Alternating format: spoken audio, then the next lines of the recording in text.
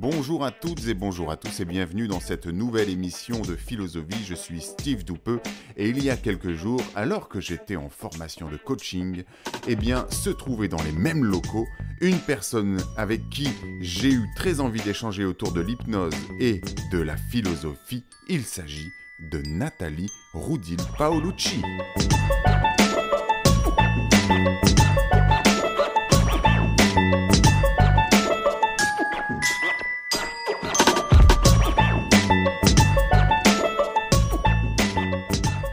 Nathalie Roudil-Paolucci est présidente de l'Institut Noesis, centre de formation en hypnose, coaching et art de la communication. Elle est spécialiste et chercheure dans les domaines de l'accompagnement et plus spécifiquement en hypnose d'hier et d'aujourd'hui. Sa formation en philosophie, esthétique et poétique l'a conduit à considérer le développement personnel et professionnel comme un art de vivre. Alors ceux qui me connaissent savent bien que je suis également praticien en hypnose et figurez-vous que j'ai eu le plaisir il y a quelques années de suivre ma formation avec Nathalie. C'est donc un grand plaisir pour moi que d'aller à sa rencontre à nouveau pour échanger sur ce thème et sur le mariage entre l'hypnose et la philosophie. Et figurez-vous que ces deux-là font particulièrement bon ménage.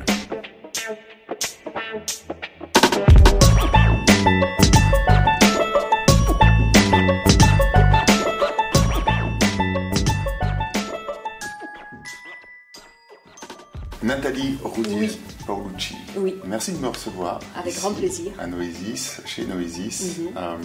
On est au cœur de Paris. Oui. Donc on va revenir un petit peu sur ce que tu proposes ici dans ton école de formation en hypnose. Et j'avais envie de proposer à nos auditeurs là, et les gens qui nous regardent, de parler d'hypnose et aussi de philosophie. D'accord. Philosophie. Tu vois, je dis philosophie parce qu'effectivement, mon cabinet à moi s'appelle Philosophie. Il est inspiré. Et c'est pour ça que j'avais envie de parler de ça. Donc on va parler de philosophie, évidemment. Est-ce que tu peux déjà nous expliquer ce qu'est l'hypnose, tout simplement ? Oui. Alors, déjà, je vais te proposer de parler de hypnose pratiquée en cabinet de consultation. Parce que le terme hypnose, il peut être utilisé du côté du spectacle, du côté de l'amusement. Il y a aussi des idées reçues, l'hypnose de la suggestion. Donc, l'hypnose pratiquée en cabinet de consultation, je proposerai trois phases ou trois facettes. Il y a celui que la plupart des personnes connaissent, c'est-à-dire la suggestibilité. Donc l'hypnotiste ou celui qui pratique l'hypnose va utiliser la suggestibilité de la personne à des fins éthiques et respectueuses pour que l'évolution de la personne ou son souhait puisse être orienté dans le sens que le consultant le souhaite. Oui. Le consultant, le patient, le client, ça dépend de celui qui pratique. Il y a donc la suggestibilité. Il y a aussi quelque chose qui est souvent oublié, ce que François Roustan propose, c'est-à-dire cet état particulier durant lequel notre cerveau, si on parle de cerveau, pour les personnes qui auraient besoin de se dire ça existe, notre cerveau travaille à notre insu. Je prends souvent l'exemple durant les cours de Archimède. Archimède cherche, il ne trouve pas de réponse parce qu'il n'a pas encore la connaissance, il n'a pas étudié ce qu'il cherche, donc il fait des hypothèses, mais il ne trouve toujours pas. Au moment où il prend son bain, au moment où il ne cherche pas, son esprit, son cerveau continue à travailler grâce aux connaissances, aux ressources. Milton Erickson disait l'inconscient est un réservoir de ressources. Il y a des associations qui se font et qui librement se font, puisque en état de conscience, Archimède va chercher en fonction de ce qu'il sait, en fonction de ses schémas, en fonction de ses croyances. Dans un état différent de conscience, celui dont je parle, dans le bain d'Archimède, à ce moment-là, la conscience se met en état de repos et notre esprit, notre cerveau, c'est donc désormais vu par les scientifiques depuis 2009, bien vu, continue à travailler. Cette partie-là, elle est à privilégier durant une séance d'hypnose. Si on ne fait que parler pendant une séance d'hypnose, par exemple, et on envoie des suggestions, on restera sur la première partie, sur la suggestibilité de la personne. On peut la limiter. Il peut y avoir de l'intérêt. Toutefois, si aussi on travaille la deuxième partie, c'est-à-dire un état dissocié de la conscience pour laisser œuvrer la partie non consciente, pourrait-on dire, ou le cerveau, certains disent le réseau cérébral par défaut. C'est-à-dire qu'à ce moment-là, le cerveau travaille 10 fois mieux. D'accord. Donc voilà des éléments qui me semblent importants. Le troisième, c'est la motivation de la personne. On ne peut pas faire de séance d'hypnose pour arrêter de fumer si la personne attend de nous qu'on appuie sur le nez, on dise « dormez, je le veux, vous arrêtez de fumer ». Ça, c'est super important parce qu'il y a quand même, dans l'esprit de beaucoup de gens, cette croyance qu'une séance d'hypnose, par exemple, peut suffire et surtout qu'il va suffire de claquer des doigts pour que ça puisse passer. Oui. Donc la ça suggestibilité, fonctionne pas. non, ça ne fonctionne pas. Alors attends, ça peut fonctionner parce qu'il y a des croyances. On peut très bien aller voir, par exemple, en Sibérie, faire un voyage initiatique, aller voir en Sibérie un chaman. Le chaman, il a de la réputation. Ouais. Il nous semble puissant, c'est étonnant, c'est particulier. Et à ce moment-là, la croyance a beaucoup de pouvoir, comme l'effet placebo. C'est-à-dire, elle a tellement de pouvoir qu'il va se passer quelque chose dans l'esprit de la personne, la suggestibilité va œuvrer. Le docteur Coué avait bien évidemment repéré cela. Toutefois, c'est peut-être pas suffisant, parce qu'il y a derrière, l'arrêt de fumer par exemple, il y a derrière toute une série d'histoires, c'est rattaché à beaucoup d'autres choses, la plupart du temps. D'accord, c'est-à-dire qu'on ne peut pas généraliser ça, même si ça arrive. Ça peut arriver, bien sûr. D'accord. Alors, tu parlais en introduction là, de différentes formes d'hypnose. Est-ce que tu peux juste les aborder pour aider les personnes à différencier justement et arrêter de baigner dans le flou par rapport à ça? Donc, on pourrait parler d'hypnose de spectacle et d'hypnose thérapeutique. Je ne dis pas de la thérapie, je dis d'hypnose thérapeutique. Hypnose de spectacle, il y a la même histoire. Pour l'hypnose de spectacle et l'hypnose thérapeutique, l'histoire est la même. Histoire moderne, on considère que l'hypnose est née à partir de Mesmer, donc 18e siècle, Mesmer, Marquis Chastenay de Puységur, etc., etc. C'est la même histoire. Cette histoire-là, c'est-à-dire l'histoire de la forte suggestibilité, de la transe spectaculaire, durant laquelle, quand Mesmer faisait des transes spectaculaires, les gens crachaient, tombaient, vomissaient et guérissaient, entre guillemets. Là, il y avait un pouvoir. Donc ça, on le retrouve dans le spectacle. On retrouve cela dans le spectacle. La deuxième hypnose, puisqu'il y a plusieurs hypnoses, c'est celle que l'on pratique actuellement. On va donc trouver sous des termes hypnose ericksonienne, nouvelle hypnose par exemple, et d'autres expressions. Là, on ne va pas travailler pas seulement avec la suggestibilité, on va travailler avec les ressources de la personne.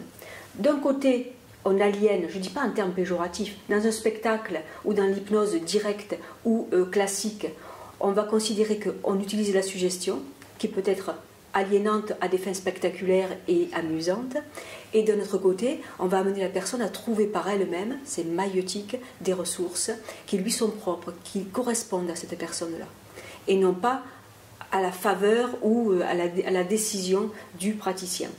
Donc il faut bien faire la différence entre une qui a pour objectif de travailler sur la suggestibilité, l'aliénation à des fins amusantes et spectaculaires, et une autre qui utilise aussi la suggestibilité, toutefois qui ne fait pas que ça, qui amène la personne à trouver ses ressources, à trouver ses solutions par elle-même. D'accord.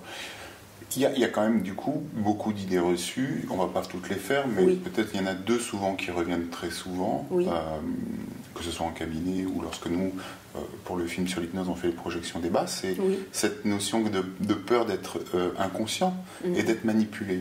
Qu'est-ce que tu réponds à ça quand on te dit oui mais l'hypnose, je peux être inconscient ou être manipulé? C'est une histoire donc, qui vient de très très très loin. Être inconscient, qu'est-ce que ça veut dire? Leibniz, puisque on a parlé à un moment donné de philosophie, et puis moi, mon origine, c'est la philosophie, j'étais enseignante de philosophie, il dit il y a plein de petites perceptions non conscientes. C'est-à-dire il y a plein de choses auxquelles on ne prête pas attention, dont on n'est pas conscient, et pourtant elles sont là. Freud a presque pour nous, qui travaillons en hypnose, a parlé d'une boîte noire dans laquelle il y a des choses qui ne sont pas conscientes et qui même nous dirigent. Donc en fait, c'est une histoire culturelle. Les gens ont peur de perdre surtout le contrôle. Ils ont peur de dire des choses, comme on le voit dans les spectacles, de dire des choses contre leur éthique ou contre leur intégrité, enfin je ne sais pas, contre eux-mêmes. Ou peut-être de dévoiler des secrets, ou peut-être même de dévoiler des choses qu'ils ont enfermé dans cette boîte noire dont parle Freud, et puis de se retrouver face à des comment on pourrait dire, pas des phrases, mais en tout cas, comment on pourrait l'appeler, à des secrets, à des secrets d'eux-mêmes dévoilés. Là, ça peut être inquiétant pour certaines personnes. C'est plutôt une inquiétude, et c'est aussi culturel. Ta deuxième question, je m'en souviens plus. C'était sur la notion de manipulation. Oui, on manipule. Voilà. L'hypnose, dans l'hypnothérapie, dans l'hypnose, il y a l'art de la communication. On manipule, comme par exemple, quand j'étais enseignante, eh bien, si un élève faisait du bon travail, ou était en cours de faire du bon travail, ou pas encore en cours, je le motivais. Et quand je le motivais, c'était à des fins de motivation, pour qu'il devienne meilleur, pour qu'il puisse avoir confiance en lui-même. Donc on va utiliser des stratégies de communication qui sont manipulatoires. Toutefois, c'est à quelle fin? Oui, c'est ça. Voilà. Est-ce que la finalité, c'est la manipulation, ou est-ce que la finalité, c'est la possibilité que la personne puisse trouver de ses propres ressources? C'est-à-dire que ça dépendra toujours de ce que la personne va entendre par manipuler. Oui. C'est pas nécessairement négatif. Oui. Une maman manipule, disait Milton Erickson, son bébé, ne serait-ce que pour qu'il vive. Philosophie, que tu disais tout à l'heure, vie, c'est-à-dire qu'il y a, du côté de l'hypnose, enfin, le pouvoir d'être au monde, c'est un pouvoir-être. Le praticien va amener la personne enfin à son pouvoir-être, à exister par lui-même. Et il va utiliser des techniques de communication, comme le faisait le Dr Coué. Ce médicament est bon pour vous. C'est-à-dire qu'il savait que quand il disait ça avec le sourire, la personne, eh bien, accueillait cela, consciemment et inconsciemment, pourrait-on dire, et allait mieux. Je propose souvent la notion d'influencer. Oui, je fais exprès. Je fais exprès d'utiliser le mot manipulation pour qu'on puisse, après, à un moment donné, s'en défaire. Dans tous les cas, il y a de la manipulation. À quelle fin, peut-on se demander? Alors, je sais que tu es très sensible à tout ce qui est philosophie, justement. Tu vois, et vie. Voilà. Et c'est ce qui m'a attiré, en fait. Alors, évidemment, les gens ne le savent pas, mais j'ai suivi la formation que tu proposes à l'Institut Noesis, parce que justement, il y avait cette approche philosophique derrière. Donc, est-ce que tu peux nous dire un mot sur la philosophie, justement? C'est quoi, par exemple, tout simplement? Peut-être une grande question. Alors, c'est quoi? On va considérer que c'est le même travail. Puisque, déjà, ce sont les mêmes questions. Les mêmes questions, le même travail. Il suffit de regarder ce qui relie, ce qui fait raisonner. Par exemple, si on prend Héraclite. Héraclite, il mettait en avant les contraires. Les difficultés, par exemple, c'est bien et c'est mauvais. Je suis heureux et je suis malheureux. Tout ce qu'un être humain vit dans ses paradoxes, dans ses contradictions, dans ses conflits intérieurs, l'un des premiers philosophes que je trouve très intéressant, c'est Héraclite, qui déjà met en tension tous ces conflits, tous ces paradoxes que l'on vit. Il réfléchissait de la même manière qu'on réfléchit en cabinet, d'hypnothérapie, on réfléchit de la même manière avec ces conflits. On a aussi Socrate, qui suis-je? Combien de personnes se posent cette question-là en cabinet de consultation? Qui suis-je? Connais-toi toi-même. Voilà, c'est tiré, on va dire, des lectures, pas des lectures, puisque Socrate n'a rien écrit, en tout cas des enseignements de Socrate et des lectures de Platon. Connais-toi toi-même, on le rencontre en cabinet. Les stoïciens, les représentations que l'on se fait du monde.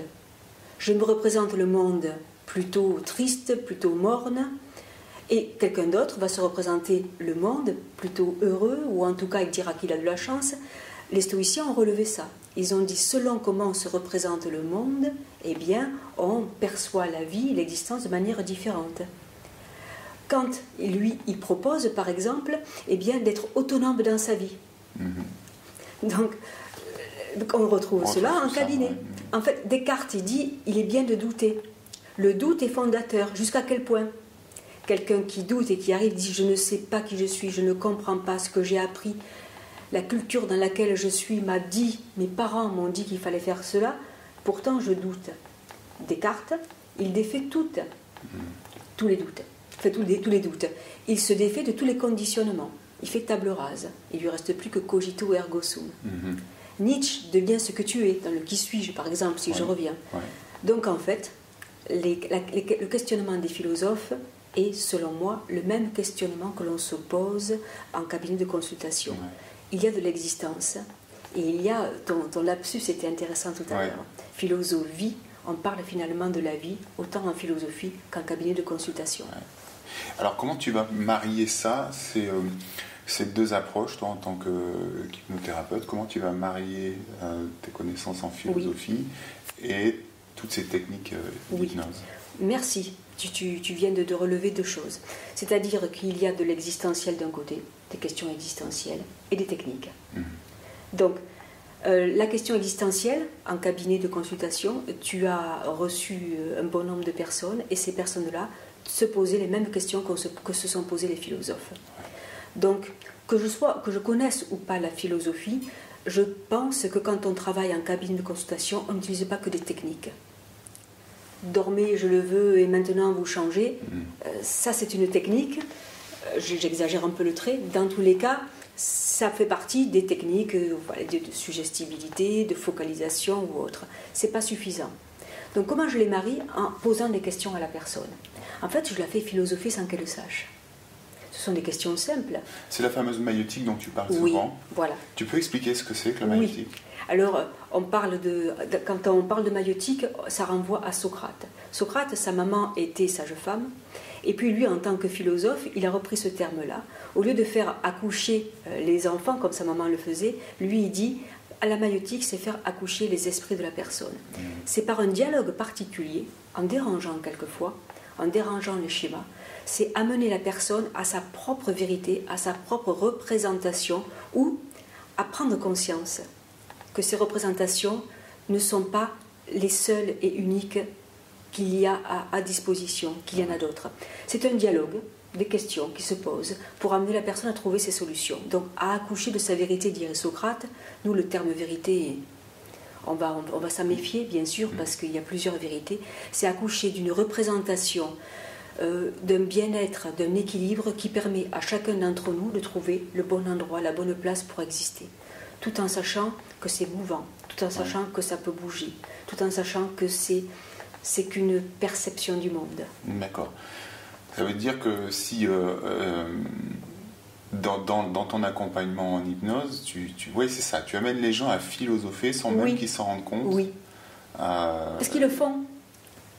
Quand ils viennent, les questions qu'ils posent, ils le font. Qui suis-je? C'est ça. C'est des questions existentielles, finalement. Oui.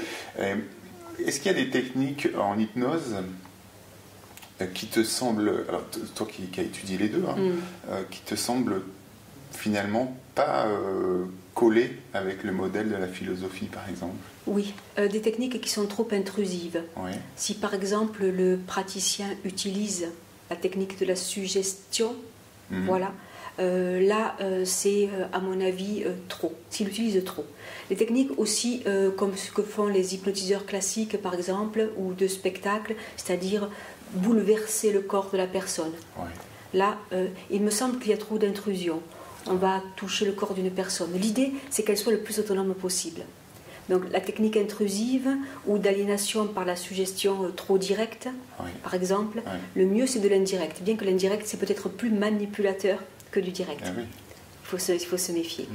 Donc ces techniques-là, les techniques que propose l'hypnose, elles sont à prendre en considération vraiment. Ce sont des techniques très intéressantes. Toutefois, s'il y a du trop, si elles sont exagérément utilisées, on va, je répète ce terme-là, aliéner le patient, le client, à notre bon vouloir, à notre pouvoir. Est-ce que ça veut dire qu'il y a un danger? Parce que souvent on dit qu'il n'y a pas de danger à faire l'hypnose. Alors, personnellement, je ne suis pas forcément toujours de cet avis. Oui, vous en avez parlé. Quel est le tien? Pour moi, il y a un danger. Voilà, il y a un danger parce que la force de la communication de quelqu'un peut entraîner sans même qu'il s'en rende compte, en travaillant avec du subliminal, en sachant à quel moment la personne elle est dans un état ouvert à la suggestion. On peut tout à fait manipuler quelqu'un complètement. Les commerciaux connaissent bien la publicité, c'est très très bien nous manipuler et on apprend ces techniques-là. Alors, je suis content que tu parles de ça parce que quelque part, c'est aussi l'occasion de dire aux gens qu'ils le vivent de toute façon. C'est-à-dire qu'il n'y a pas besoin d'attendre d'être dans un cabinet d'hypnose pour se sentir en danger. Et si c'est le cas, il vaut mieux partir. Mais dans la vie de tous les jours, en fait, on vit cet état hypnotique et ce phénomène de manipulation. Oui, l'état hypnotique, c'est à un moment donné, on regarde une publicité, la publicité nous confusionne ou il manque un élément. Par exemple, dernièrement, je faisais écouter aux étudiants, peut-être là-dessus, t'en rappelles-tu, il y a une image que la publicité peut utiliser, celle du cow-boy, un paysage plus ou moins désertique, montagneux, légèrement rouge, il y a du sable et autres, ou pas vraiment de sable, enfin en tout cas les couleurs sont ocre, et puis il y a un cow-boy sur son cheval qui passe. C'est beaucoup plus fort parce qu'il manque un élément, c'est-à-dire le titre de la marque de cigarette, beaucoup plus fort quand on le voit. Donc ces techniques-là, c'est-à-dire là où il manque quelque chose ou autre, les publicistes l'utilisent, et puis certains gourous, parce que ce soit dans certaines formations, que ce soit dans la vie courante, il y a des gens qui connaissent ces techniques-là et les utilisent. En communication, dans l'enseignement, dans les entreprises aussi, où les gens se sentent mal, ils ne savent pas pourquoi. On parle de pervers narcissiques quelquefois. Ils savent utiliser ces techniques-là de manipulation. Comment on fait alors? Parce que là, on est écouté à la fois par la planète, on pourrait dire, parce qu'on est sur le web, mais nous on est en France ici, alors comment vont faire les Français par exemple pour pouvoir trouver un hypnothérapeute qui soit qualifié, dont on sait, alors ça ne veut pas dire qu'il sera compétent, mais au moins il sera qualifié et a priori il ne sera pas malveillant. Comment on peut trouver ces gens-là? C'est pas simple. Il y a d'un côté les listes et les annuaires de l'hypnose médicale. Là, on va travailler surtout avec la partie médicale. Et puis après, il y a l'hypnose de développement personnel, professionnel, existentiel. L'hypnose médicale le travaille moins, puisqu'ils sont plus, on va dire, ils travaillent bien plus sur les soucis médicaux ou autres. Donc là, ce que je conseille aux personnes, c'est de bien regarder les références, de téléphoner, s'il n'y a pas de site, si on nous donne le nom d'une personne, et puis d'entendre le bouche-oreille, c'est le mieux. Voilà, bouche-oreille. Après, quels sont les diplômes ou les certificats de la personne? C'est pas vraiment un diplôme qui est important, parce que les manipulateurs sont quelquefois très bien diplômés. Voilà. On parlait de bienveillance, c'est-à-dire il y a des incontournables. La bienveillance, la possibilité de donner à l'autre sa propre autonomie, sa propre capacité d'être au monde, à voir si tout cela est écrit. S'il y a marqué, si la personne est par exemple non soignante et qu'elle marque en 3 séances, je vous soignerai de telle ou telle pathologie, là on n'y va pas. Voilà. Il faut voir s'il y a un cadre, une charte éthique et un code déontologique sur le site de la personne. Si on peut l'identifier, si on peut éventuellement identifier son école. Son école, d'où elle vient, comment l'appeler, éventuellement lui poser de bonnes questions. Alors justement, puisque le temps nous presse, parce qu'on pourrait parler longtemps, il y a tellement de choses à dire pour ne serait-ce que rassurer les gens sur cette pratique. Et on parle d'école. Donc est-ce que tu peux nous en dire plus justement sur l'Institut Noesis que tu diriges? Alors, jusqu'à maintenant, nous formions un cycle 1 de technicien qui apprend les techniques, un cycle 2 de praticien qui apprend à considérer ou à repérer les situations que l'on retrouve en cabinet, comme par exemple le développement personnel, l'apprentissage ou la procrastination. Ce sont des situations que l'on rencontre en cabinet, les phobies, attention, voilà, les situations dépressives, et je n'ai pas dit la dépression, ça va être plutôt du côté des thérapeutes. Il nous a semblé qu'il y avait un souci. C'est-à-dire que ce soit en coaching ou du côté du praticien, on va aborder à un moment donné la thérapie. Donc, on propose un cycle supérieur, là, c'est-à-dire un cycle d'hypnothérapeutes ou des psychologues, des praticiens qui seront formés aux thérapies, eh bien, pourront enseigner 2 semaines supplémentaires pour devenir, entre guillemets, hypnothérapeute. Et pour pouvoir aborder ce qui, quelquefois, n'est pas si simple pour certains, c'est-à-dire que quand on travaille, ne serait-ce qu'un coaching, hypno-coaching, un chef d'entreprise qui a des problèmes avec son patron, son directeur, et ça lui rappelle son enfance, et ça lui rappelle des problèmes qu'il a vécu avec son père, par exemple, imaginons qu'il le battait, là, il y a du thérapeutique et de la thérapie. Donc, l'idée, c'est de proposer un autre cycle. Ça nous met dans un équilibre à nous qui est plus agréable. Le praticien, d'une certaine manière, et le praticien référent apprendront des techniques de développement personnel très poussées, mais qui ne seront pas de la thérapie. Plutôt coaching alors. Voilà, oui, du coaching. Et la thérapie pourra toucher donc des aspects plus sensibles quand on travaille avec certaines personnes. D'accord. Alors à qui est-ce que ça s'adresse finalement? Tout le cycle? À tout le monde. Tout le monde. Comme en coaching, à partir du moment où la personne a l'idée, parce que dans un premier temps c'est l'idée de faire ce métier d'hypnothérapeute, puisque ça c'est au final, ou bien de s'arrêter à praticien, développement personnel et coaching, eh bien elle peut commencer en cycle 1, et puis de toute façon nous demandons une lettre de motivation, un CV, il y a d'abord un passage, un examen de passage maintenant. Donc ensuite on discute avec la personne et on entend avec elle si elle est prête à faire ce long cursus pour devenir hypnothérapeute à un moment donné ou s'arrêter à praticien, c'est-à-dire travailler dans le monde plutôt de l'hypno-coaching. D'accord.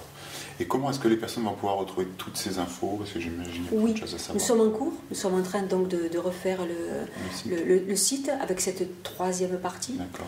Voilà, et on cherche actuellement donc des psychologues qui ont été formés à l'hypnose. On est en train de constituer une équipe supplémentaire puisque ce seront des psychologues qui formeront à la partie thérapie. D'accord. Ça permettra de pouvoir, comme les sophrologues l'ont fait, comme les gestalt thérapeutes l'ont fait, c'est-à-dire qu'ils étudient la psychopathologie, ils étudient certains aspects thérapeutiques, non pas comme un psychologue, toutefois pour pouvoir gérer certaines situations. Ou du moins pour pouvoir référer et identifier éventuellement, et si ce n'est pas dans leur corde. Oui, à qui envoyer. Et voilà, à qui envoyer. D'accord. Exactement. Très bien, donc j'inviterai toutes les personnes à retrouver le site de l'Institut Noesis pour avoir plus d'informations et s'inscrire. Merci beaucoup. Voilà. Merci. Ce que je les invite à faire s'ils veulent se former à l'hypnose, puisque j'y suis passé et qu'a priori, je m'y suis senti bien. Merci beaucoup, Steve. Voilà, merci à toi, Nathalie, d'avoir participé à cet échange, et puis à très bientôt. Merci, au revoir.